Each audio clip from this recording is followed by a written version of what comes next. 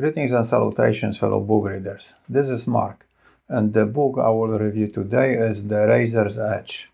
Before we continue, this is personalized limited edition of The Razor's Edge with leather cover designed and made by me. At the end of the video, I will tell you a couple of ways of how you can get one for yourself if you are interested. Now let's get back to the review. The Razor's Edge is a novel written by Somerset Maugham and published in 1944. It was written in his more mature period, and it is one of his most successful works. Maugham was a giant of modern English literature, and I appreciate his writings very much. He produced over the span of more than 60 years a large number of novels, short stories, and plays, which made him into one of the most popular writers of his time. Maugham trained as a medic, and those early experiences of his youth dealing with the sick and dead, together with many travels and a short stint as a spy, made Maugham the writer. I think he is the author whose work has been most adapted into the cinema. Maybe not, but there are a lot of films based on his novels. What is The Razor's Edge about? It is about growing and maturing and adapting to the changing circumstances and finding your own place in the world. Generally, it is about living as an individual, and specifically, it is about a young man searching for his somewhat unorthodox path in an orthodox world. Now, a bit of the plot. First, let's introduce the main characters. There is the narrator, who is Maugham himself, and Larry, a young war veteran on whom the story focuses. Then there is Isabel, Larry's ambitious girlfriend, and Elliot, a snobbish American expat and social climber, who is Isabel's uncle. And there is Sophie and Gray, a couple of less important but still critical to the story characters. Now, the plot. Maugham starts the novel by saying, "The hero of the story might never become famous, so this might be the only testament to a remarkable man." And then Maugham gives some justifications for writing about people of different nationalities, since he himself is English and all principal characters of the novel are American. As an example, he mentions Henry James, who was an American writing about Europeans and Europe, but the difference is James spent most of his life in Europe, while Maugham managed a few short years in the US during World War II. To be fair, for somebody who never submerged himself in American culture, he had a decent amount of knowledge about it. But he was English, and they are keen observers. Also, later in the book, Maugham mentions William James, Henry's brother, who was one of the pioneers in psychology, so I think in general he was inspired by the Jameses and their work. The story itself is set up as a true account, witnessed and retold by Maugham, the narrator. The first part takes place in Chicago, where Maugham, through Elliot, is introduced to Larry, a young World War I veteran, traumatized by the death of his friend, which made him somewhat confused and doubtful about the purpose of his own existence. Maugham also meets Larry's girlfriend Isabel, who is anxious to start a new life with him, but Larry decides to postpone their wedding and moves to Paris.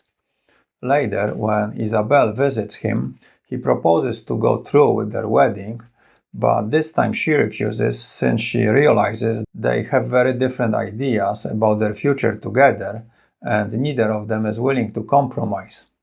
Larry, somewhat wounded by the rejection, goes on a long and lonely spiritual journey, which lasts over a decade and takes him to Germany, Spain, and finally India, where he seems to discover the answer he was searching for.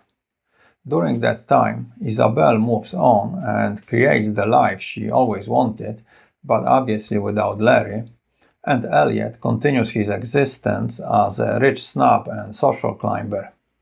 After the end of his spiritual search, Larry comes back to Paris and occasionally runs into the narrator, with whom he has some profound conversations about his travels and deeper meaning of life.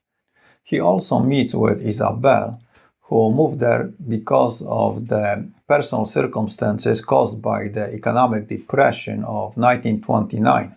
One night, while dining out, they run into Sophie, who disappeared after losing her family in an accident, and Larry starts a romantic relationship with her, which doesn't please Isabel.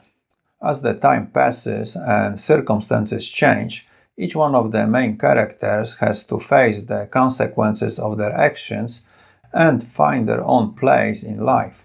And that's the basic plot. What are my thoughts about the Razor's Edge? Well, I enjoyed it very much, as I do the vast majority of Mon's writings. I found it interesting how Mon structured the book by injecting himself into the story, but not making it about himself, at least not directly, instead being an outside observer narrating the tale and making it read more like a true record than a novel. Mon claims in the book that he got all the material from occasional and sporadic meetings with the principal characters over more than a dozen of years, which I doubt would be enough to acquire as profound understanding of Larry and Elliot as it is presented in the book. So maybe this is Mon's way to convince us it is a fictitious novel, but there seems a deep connection between the two main characters and Mon, and his intimate knowledge of their personalities makes the book perhaps not so much autobiographical but self-exploratory. It is very difficult to know people, and I don't think one can ever really know any but one's own countrymen.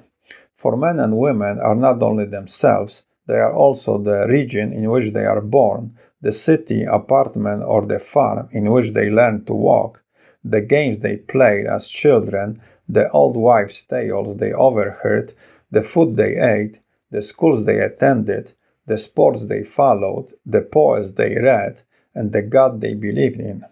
It is all these things that have made them what they are. And these are the things that you can't come to know by hearsay. You can only know them if you have lived them. People have been trying to figure out on which real person Larry and Elliot are based and suggested a few different individuals. But to me, it seems as if the book is more about Mon than he wants to admit. Therefore, he chose the unusual format, a novel written as if it was a true account. The story seems very personal, with an older man looking over his life and facing where he has been and also where he might be going. Both Larry and Elliot seems to have a lot in common with the writer. One might be a younger version of Mon, still seeking, but in the end chooses a different path, which seems a bit as what-if reflection on one's own life. And the other implies a current version of the writer, wondering how all of it will end. This assumption might seem a bit of a stretch, but knowing a little about Mon's life will allow you to see the parallels with the two characters. Larry, just like Mon, is an orphan who was taken care of by a distant guardian, and both had traumatic experiences with death in their youth. Larry during the war and Mon as a medical student when he wrote about it later in his life. I saw how men died. I saw how they bore pain. I saw what hope looked like, fear and relief. There also were experiences both had in common in Germany, Spain and India, and early confusions about romantic relationships and sexuality. Elliot seems a mirror of older Mon, a wealthy snob living on the French Riviera and dealing with his closet homosexuality, as Mon admitted to it later in his life when he said, "I tried to persuade myself that I was 3/4 normal and that only a quarter of me was queer, whereas really it was the other way around." Also, there is how both characters deal with religion, which coincides with Mon's own journey from curiosity to indifference. There is an interview with Mon I watched from the early 60s, video recorded in his house on the Riviera, where I could imagine the book's character Elliot sitting in for Mon, and the interview would be pretty much the same. The Razor's Edge, above all, is a character study focused on the individuals and what makes them different, as opposed to being a part of society. It is a contrast between different personalities and lifestyles, and how life can be lived in contradictory ways and still be satisfying.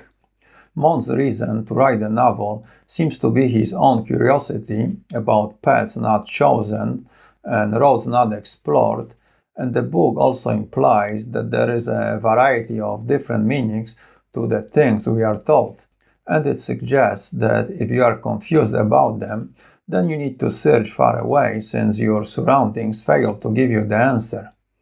In the novel, the magic place is India, which has been and is a popular destination for the spiritually confused, but the book also implies that the answer could be found in a number of different places.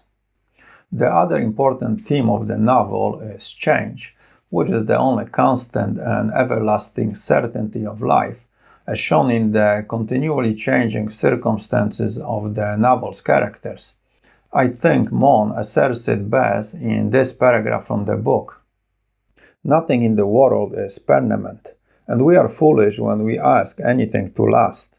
But surely we are still more foolish not to take delight in it while we have it.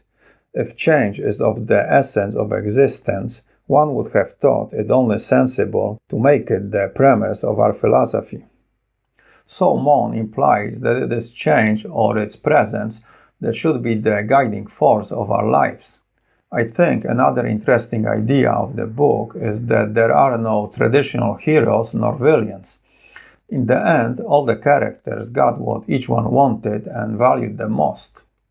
For all the persons with whom I have been concerned got what they wanted. Elliot's social eminence, Isabel an assured position backed by a substantial fortune in an active and cultured community, Gray a steady and lucrative job with an office to go to from 9 till 6 every day, Suzanne Rouvier security, Sophie death, and Larry happiness. This leads to a rather obvious conclusion that can be drawn from the reading, which is that the secret or formula for life is that the only absolute common to us all is the effort of living, and after it everything is relative and it is up to you to make it as simple or as complicated as you want it to be. To sum it up, The Razor's Edge is a personal reflection on where one has been, where one might have gone, where one is, and where one is heading. And it is also a general reflection on the state of the society. The book is a bit of Great Gatsby and gives us a view into the American mentality of the interwar years, but from the outside, through the eyes of a foreigner. And it also provides a small window into the possible future of American culture, slightly similar to Graham Greene's political foresight in The Quiet American. But above all, The Razor's Edge is about nonconformity and living one's own life, as it is shown during one of the conversations between Mon and Larry, when Larry admits to giving away all his money because he equated it with prison and a barrier to being himself. On the other hand, Mon equates money to liberty when he says, "Money gives me freedom to tell anybody I want to go to hell." And Larry replies, "I don't want to tell anybody to go to hell." And that's the difference between living your life for others by being reactive or living it proactively by doing what is best for you.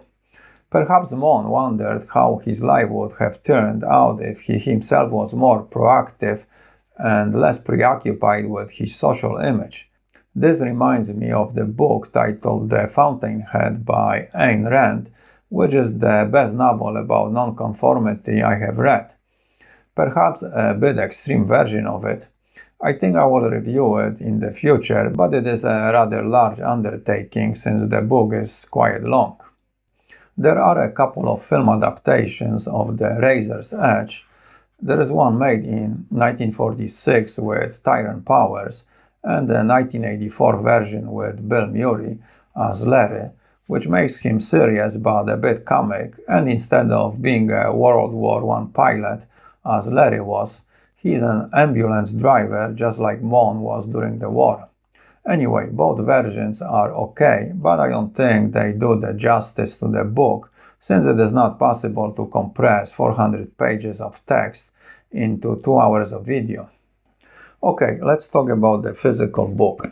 The book I am holding is a paperback which I transformed into a hardcover leather-bound edition. To make the cover, I use grade A, naturally tan high.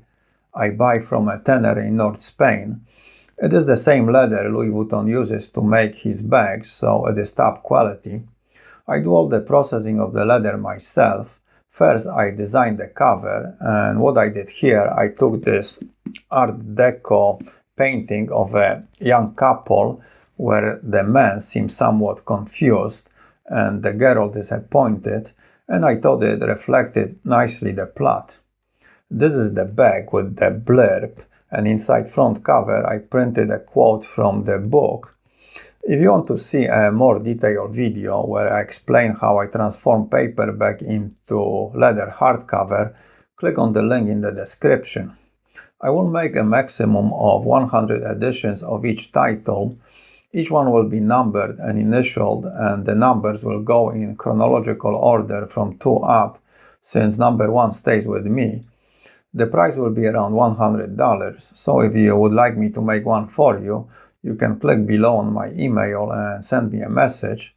I do not guarantee I will do it, since it will depend on the time I have available, access to leather, and if I can get my hands on the copy of the book.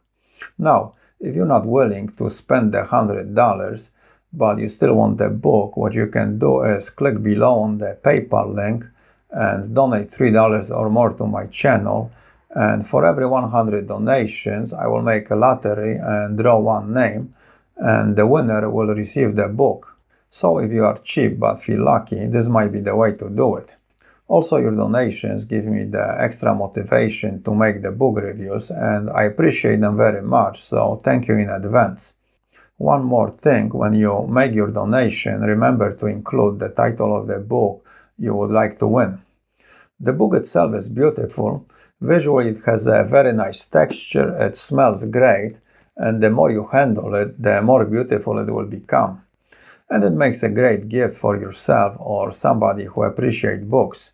So if you want one, don't snooze or you might lose.